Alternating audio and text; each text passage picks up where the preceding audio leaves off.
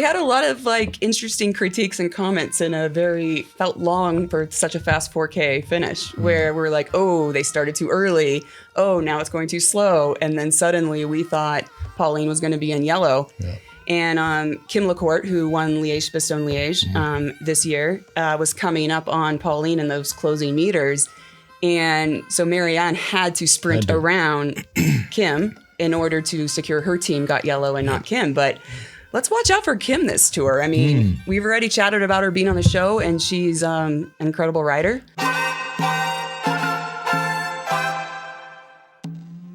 All right. Well, hey, good to see everybody again. I was here a couple hours ago. Welcome back to the MOVE podcast, talking about Tour de France Femmes avec Zwift.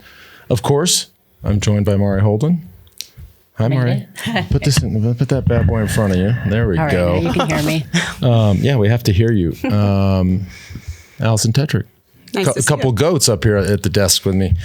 And of course, with the men's tour, every day we talk, we bring in our friend Alain, as has been the tradition for many years. Last couple of years. Yeah. Alain, it would be weird if Alain, especially knowing Alain, it'd be a little weird if he did the stages for the women's tour. But instead of that, we have... we were debating. Madame. Anyways, Mrs. George Hincapie, Mel Hincapie. Mel, what did we do today? Stage 1, Van to Plume Lake. I love it. So much better. Alain, you're out. Alain is out. She makes everything sound better. It's always fun to kick off any sporting event. I mean, this one kicked off, but not many opportunities you get. We're the greatest of all time. Just reminds people that, hey, I'm the greatest of all time. Marianne Vos, 38 years old, multi-time world champion, unbelievable. And, I mean, A+ performance by her, A++ performance by her team. Here we go. Yeah, her team definitely showed us something today. Unbelievable. That lead out to all the dudes who race bike, that's the way you do a lead out. It seemed like it was going to be a little long at first. I was getting a little concerned.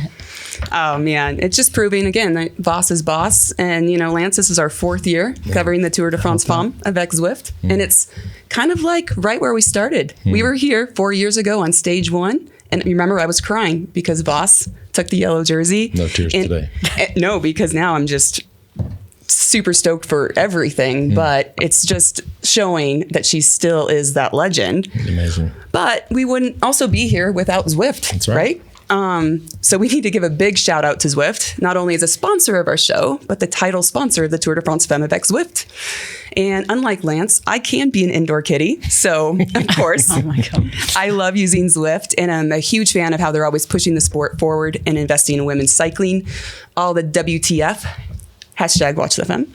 But Zwift recently rolled out its new Cog and Click product. You can use almost any bike you already own, even one you bought from Walmart, and still feel like you're on a top-end trainer. Zwift-ready trainers are available from the top manufacturers: Wahoo, my personal favorite, Garmin, Elite, Jet Black, and Decathlon, setting a new benchmark for indoor training. All Zwift-ready trainers come with the new Zwift Cog and Click installed, making them ready to ride from the box, no extras needed. It's so simple that you don't even have to remove your cassettes. And if you guys know me, I am not the best mechanic because I have people for that. Zwift-ready trainers. It's early. Zwift-ready trainers start at only $299, meaning anyone can jump into a world-class indoor training without breaking the bank. And did you know that your outdoor rides, Lance, when you don't want to be an indoor kitty, can count towards your Zwift fitness scores and trends? I did know that. You just have to link your bike computer to your Zwift Companion app, and boom, stick, you're in. So I was doing a little research because George was heckling me yesterday, and you have got to bridge a gap to him and his Zwift score. Yeah. So he has a level 47 and you don't. So I probably have no level. So this morning, I am not competitive at all. So I logged into my Zwift account to see my level, and I'm a level 53. So I'm actually ahead of George. Yeah. So. Dang. Well, I don't know what level Marianne Vos is, but by the way, I mean, as we were watching, and to me, of course, Pauline's a friend of the show, been on the show, has had this career. She's won a world championship in cyclocross, mountain bike, rode as well, right? Right. There for a second, I thought, wow, this is not what anybody expected. She was riding away as almost part of the lead out. She was leading, and then all of a sudden she was alone, and just wasn't meant to be. But this is such a performance by the whole team, and had GC implications, right? She gets a time bonus. Demi Vollering gets. I don't want to say she got gapped off, but there was a gap. So the official results show that she lost 3 seconds. Add that to the 4 seconds to Pauline. That's 7 seconds already, day one. Well, and when we were watching it, when they were coming in and they were doing such a long lead out there, we got a little concerned. And then at about a K and a half to go, when it all kind of didn't balloon really, but I mean, the group got bigger again, and we were thinking, oh God, they messed up that lead out. But then Pauline being on the front and pulling, and then all of a sudden just attacking and riding away was unbelievable. And all of a sudden you realize that this tour is going to be really exciting. Yep. So many players. We had a lot of interesting critiques and comments in a felt long for such a fast 4K finish, where we're like, oh, they started too early. Oh, now it's going too slow. And then suddenly we thought Pauline was going to be in yellow. Yeah.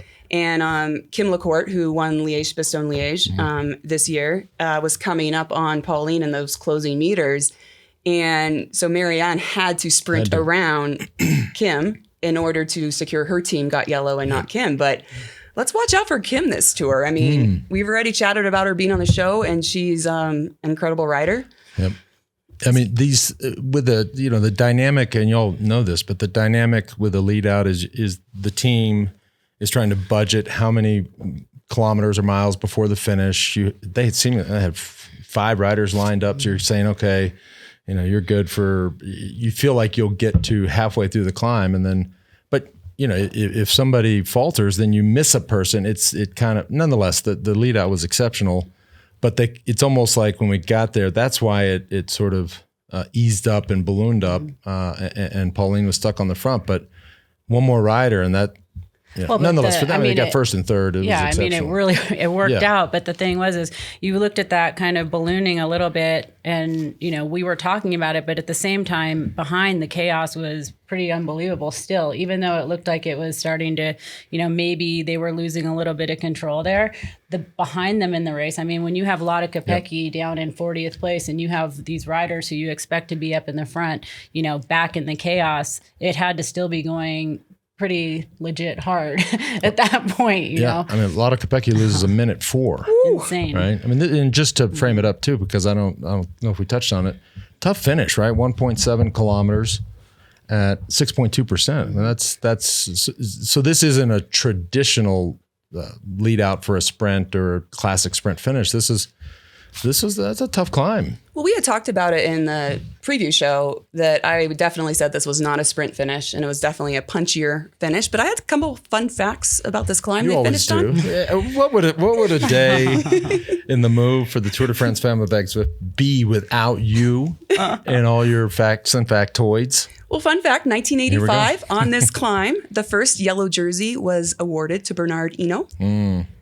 Who went on and later won the tour. And then again, this is why... Who's from these parts. Yes. It's a big deal. And so this is why I knew it was going to be a hard finish, because the tour also finished on this exact climb in 2008, and Alejandro Valverde won the stage. And that style of rider, looking at how Vos rides, I figured that finish would be like that.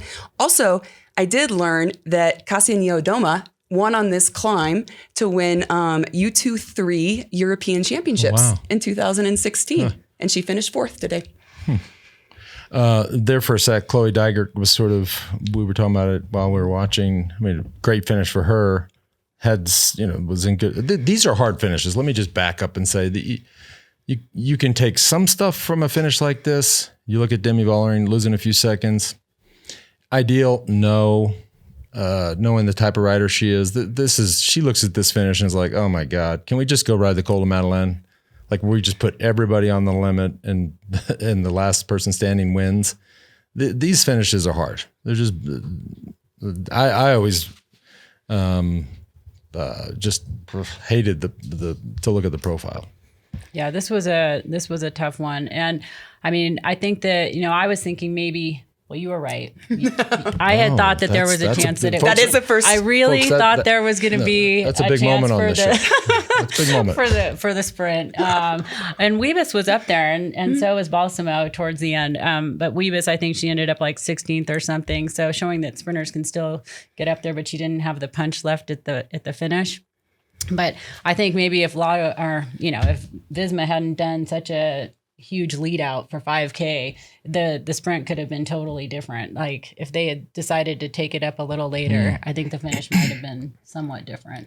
And don't you think a rider, of course, the defending champion, Cassiane Odoma, I mean, she has to look at today's finish, feel pretty good, right? She's also the type of rider that would not like a final like this, that is much more suited to the longer, more grueling climbs. She has to look at this and say, first checkpoint, success. Well, and tomorrow also with a little bit of an uphill finish is also, she's looking at these things thinking, okay, maybe there's more of a chance, and without the time trial, I think these are all good things for her. I had a question for Lance and Maury on this. I didn't ask this when we were watching in our sweet chill room earlier. But we saw Pauline on the front, and it's like still 800 meters to go. And you're saying maybe it's getting too slow. She kept looking back. Yep. Do you think they were saying something to her in the radio, or do you think that was the plan all along? This is what I'm saying. She was the team was A++. The lead out was an A-, and still an A. She needed that extra person, and if there had been that other person, she wouldn't have. I mean, she was there for 600-700 meters. I think the stage very well could have been hers. She got stuck. You get stuck on the front, the lead out. She also knows, hey, we've done an A job here. I can't just pull over. I can't let this thing completely balloon up. She has to stay there. So now she's trying to find a tempo that's hard enough to keep everybody on the limit and not too hard, so she can still contest the stage or lead out boss or whatever. But she got stuck.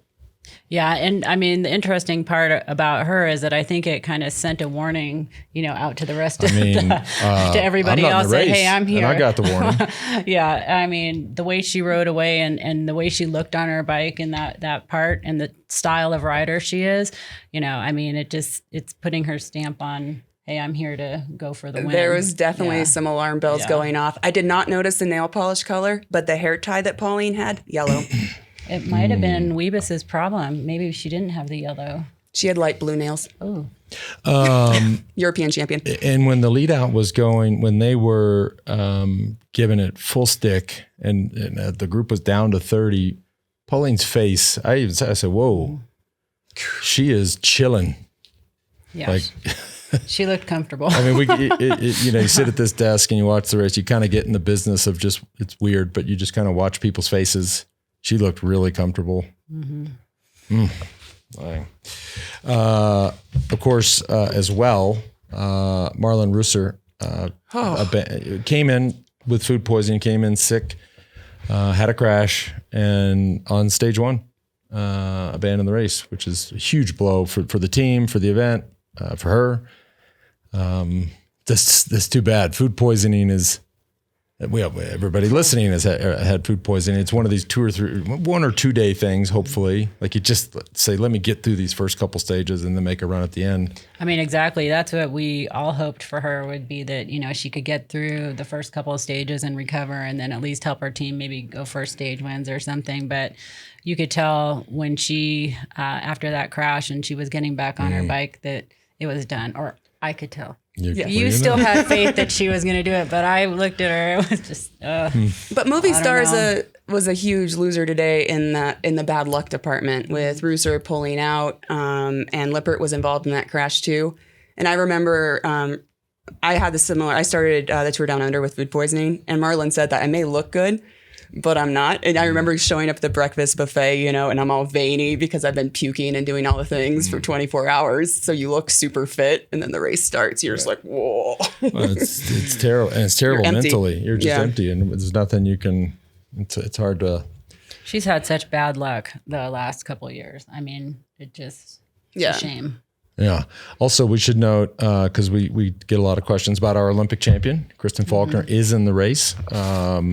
targeting the stage win. I think is her. She lost a little time today, but her big goal for this tour is to get a stage win. Mm-hmm. How many Americans? 4 Americans? 4 Americans. 4 Americans. We have Lily Williams, Ruth Winder. They're both on Human Powered Health, and Chloe Dygert on Canyon SRAM, and Kristen Faulkner on EF. Yeah. And Lily was on Chloe's team in the Olympics, so she's also a gold medalist in the team pursuit. Oh. Yep. 3 gold medalists on our team. Mm-hmm. Or our U.S. crew, I guess I should say. 3 out of 4. To all you other countries, what is your batting percentage? Excuse me, on gold medals on your from your country. Anyhow, we'll take a quick peacock break. We'll be back in 2 and 32. And we are back, of course, talking about stage 1 of the Tour de France Femmes Avec Zwift, won by the GOAT, Marianne Vos. What an exceptional ride. I have a question for both of y'all, just because I've sort of watched this evolution on the men's side. And of course, we've seen these exceptional performances, especially later and later in the race. We get a lot of questions about the times, the performances, the watts, et cetera. By all accounts, I mean, the fuel, not by all accounts, it is a change in fueling strategy. They have taken fueling to a place that I could never even imagine, pushing their guts basically up to 100 grams of carbohydrates per hour, which is very, very hard to adjust to. But if you can, I mean, your tank just stays full, right? So, but that's on the men's side. So my question is just, has the women's peloton done the same thing? Absolutely. Amazing. It's the same science, Yep. really. I mean, you have to take in account to working with your physiologists, nutritionists on the teams, because women with different hormone fluctuations, times of the month, things like that, it does matter on how you're going to fuel and recover. But the mantra is still the same, is getting as much carbohydrates per hour as you can. And that does, I will tell you from personal experience, that requires some training of your gut. Yeah. You had a bad experience, apparently. I did. And that is probably just TMI for the show. But it's definitely big on the gravel scene too, because these races are 10 hours. So it's how many carbohydrates can you get in? And I always struggled with that. But I think that these team doctors are doing an incredible job, but especially it is an interesting thing to factor in, like the body size, of course, differences, but also female hormones. But it's the same thing. It's high carbs. You're still doing the cherry juice at the end. All of that is the same. It just might be in different consistencies, and especially tracking where you are in your cycle. Yeah. I think we got right into it. Welcome, Lance. You didn't expect anything less from me. Listen, I live with a bunch of women, so that sounded funny too. But you know what I mean. But we couldn't imagine this in our generation. No. I tried a little of this when I was doing tries in 2012, around that time, and it's hard. It's hard on the gut. It's hard on the gut. It's not pleasant adjusting. No. And it's also something, we're looking at the professional athletes and working on this, and they're training themselves to do this. It's not necessarily someone who's, more of a weekend warrior type person to go out there and start trying to do super high carbohydrates or something. Yeah. Yeah. Yeah. It's, I still, when I go out and ride, I take 2 bottles, maybe get through them. But then again, I don't ride very long. George, on the other hand, we go out for 2 hours and he's having gels and waffles. I'm like, what are you doing? I actually have a funny story. I was coming down from the house last night or whatever, afternoon, on a bike ride. And I see a guy in an EF kit and a guy in a really salty, like the Move kit. And I was like, super fans in Aspen, Uh-oh. It was none other than George Hincapie. Yeah. And I was listening to the podcast in my ears. Yeah. He was trying to talk to me. I'm like, I'm ready listening to you. So George was salty from riding with his son? Yeah. Okay, this is good to know. I have one more day with him. I noticed you weren't riding with him, first of all. No. And then he had to go in the super tuck to catch his son. This might be a good day to go. I have a week with y'all. I kind of stopped. He rides too much. I'm not fit enough. Also today brought to you by Peak. Fellows, this is for all the fellow cycling enthusiasts. As we witness incredible feats of endurance at the Tour de France and also at the Tour de France Femmes, let's talk about what powers those athletes and what can power you. I used to think more hours in bed was the answer, but then I discovered Peak's RE Fountain Electrolyte. This has been a game changer. 1 sachet at night and I'm relaxed. I wake up refreshed, focused, and truly calm. No grogginess, no brain fog. It's like a soothing reset. This sounds insane. I need this right now.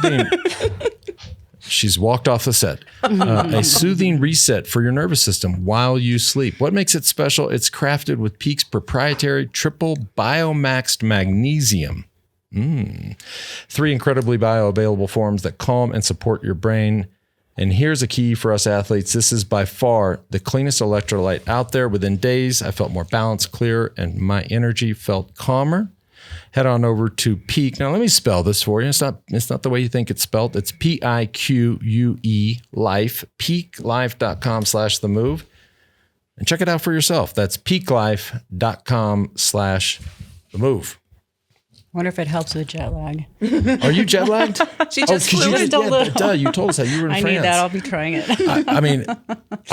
Mari, I gotta admit, it's hard to keep up with you. I'm trying. I know. I knew I had to Instagram, be here, I'm like, where is Mari? Oh, Hawaii. I had to go preview Jackson. the Madeleine with my France. dad. Check it out. Leave right out. We're back to Jackson after this. Yes. Listen, kids, all right? When you go to bed at night, all right, you say your prayers. One of them, I want to wake up as Mari Holden tomorrow. 100%. This is the life. It's a good life. Our man Brad's okay. Had a little. Brad's you know good. what? He had a crash. Brad, He's how about better. we stay off the downhills? Let's just go right around. We're good there. We don't need to do it. You're not going to the X Games, buddy. And don't worry, I got a cat sitter for Puck. Well, Puck's not going to the X Games either. we had this cat issue, Allie, was a really big issue, and it sent the team in a complete tizzy. Folks, just for everybody watching, this woman to my far left sends a note to the team, says, is it okay if I bring my cat? Now, keep in mind, the team stays in one house up in Snowmass, and homegirl asked if she can bring a kitty cat to a rental house. Now, everybody watching is like, that's a terrible idea. And probably not allowed either. I didn't know. I asked. Landlords don't typically. No, like Airbnbs don't let you bring a cats. cat. And I love cats. Cats are Anyways, great. all right. Let's. Tomorrow was, or today was exciting. Tomorrow, cha-ching. Let's look at tomorrow's profile. I love looking at these profiles. Ooh. It's like you went down to the hardware store and it's like, y'all got an extra saw blade? Totally. Never flat, 4 categorized climbs, uphill finish, tough. It's going to be a tough day. It starts in the town of Brest, which also has an interesting facts. It's been the part of the Grand Depart 4 times, starting in 1952 and the last one in 2021. And it is the first major event in cycling history. So there's just this is on my bucket list, but there's this ride called Paris-Brest. That's the old, and that's kind of an iconic cycling endurance event. It's the first one. It started in 1891. Yeah. I think an American guy won that many, many years ago. It's funny when I first heard of that event, the distance was such that you were like, how could anybody ride that long? Now, and maybe the fueling has something to do with it. People are riding. Look at Lachlan Moore. They're doing crazy long rides and doing them fast. Nonetheless, it's still epic. What is also epic? Let's just pull up the final. This is yet another. You saw it. You remember today's final, 1.7 at 6.2%. This is another tough finish. We could see a repeat, right? If you're Visma-Lease bike, you're thinking, let's just run it back. Yeah. Maybe tweak it a little bit, just wait a little longer, add one more person there. We might see a instant replay. I'm sure they would love to keep the yellow jersey, another day. Yeah. And they have the climbing jersey, and there are a fair amount of climbs, plus a bonus sprint. That's a great point. If you look at Gabrielle, can we pull it up one more time? This is different than the overall profile. Also there is, because this is not showing. So stage this one is not showing it. There is a time bonus. So this is unique to the Tour de France Femmes Avec Zwift. There are intermediate time bonuses, which they don't have in the men's tour. We did have them back in the day, I remember, occasionally. But this tough day. Well, when this did finish on that it's the exact same run-in as the men's tour in 2021, and Peter Sagan won it. So you're thinking it was still fast, but kind of a classics type finish. Yep, 7,000 feet of climbing in 70 miles. I mean, I think that's always those two things. That's kind of like power and weight, right? You've got 7,000 vertical feet of climbing in a relatively short distance. That's my wife calling me. Sorry, guys. She just finished her mountain bike race, so she's. Oh, that's exciting. Is Leadville today? No. I think Anna's days of Leadville are done. I think a rider to watch tomorrow is Cedrine Krabal, and we liked. She was the best young rider in the tour in 2023. And she got fourth in LBL this year, but she had that really cool win that you love, Lance, where she attacked on the descent and just sent it and won solo. That. Yeah. And she's actually born in Brest. So, I mean, the town's going to go crazy for her. And she is EF's GC rider, who like Faulkner is working for. At least Faulkner said that today on her Instagram. So I think it'll be really exciting today to watch her shine in her hometown and go through her area. Yeah, I mean, I was thinking this is where I actually did think that like Chloe and Marianne Vos and all of the kind of Kopecky would be going for it in this stage. This is kind of going to be more like a classic style finish. It's going to be a good one. I didn't think the sprinters were going to get it today. I did think the sprinters were going to get it today, but this one I thought they wouldn't. Yeah. This is a different stage, right? If you go just compare it to today's stage. This has twice the climbing, a little bit longer stage, but in terms of total vert, double. So it just kind of death by 1,000 cuts as the stage goes on, and then you finish uphill. So it's note to Demi Vollering: stay on the wheel. Like don't let. I know these aren't your ideal stages for you, but don't lose any more time and don't give away time bonuses. Oh yeah, it's going to be exciting tomorrow. Yeah. As we have done on the men's show, love to get your questions. You can send those to us at info. I don't need to spell it, do I? Info at wedo.team, wedo.team, info at wedo.team. We'll try to read those or get to those on air. By the way, too, Allie, thank you for that. You brought your own boomstick. Yeah, boomstick. I'm ready. We're keeping all hard, loud objects away from you, away from Allie. I am very risky. Yeah, that's right. You also don't turn on your mic, just to make sure you don't hear me. Yeah. It happened one time. But Lance, tomorrow you have another double day. We're gonna start bright and early. So that's right. So they're flipped. Mm-hmm. Yeah. So 5 a.m. start. 5 a.m. start. You get to hang out with me and Mari, and I think we're gonna bring a little more joy into your life. It's gonna be a bright part of your day. I'm here for it. Yeah. I'm here for it. All right. Are we still doing the whole thing? Yeah, of course. Oh, we are. That's like tradition. That's tradition. Okay. Well, anyways, we will be back tomorrow with stage 2 bright and early. And thanks for tuning in. And bye.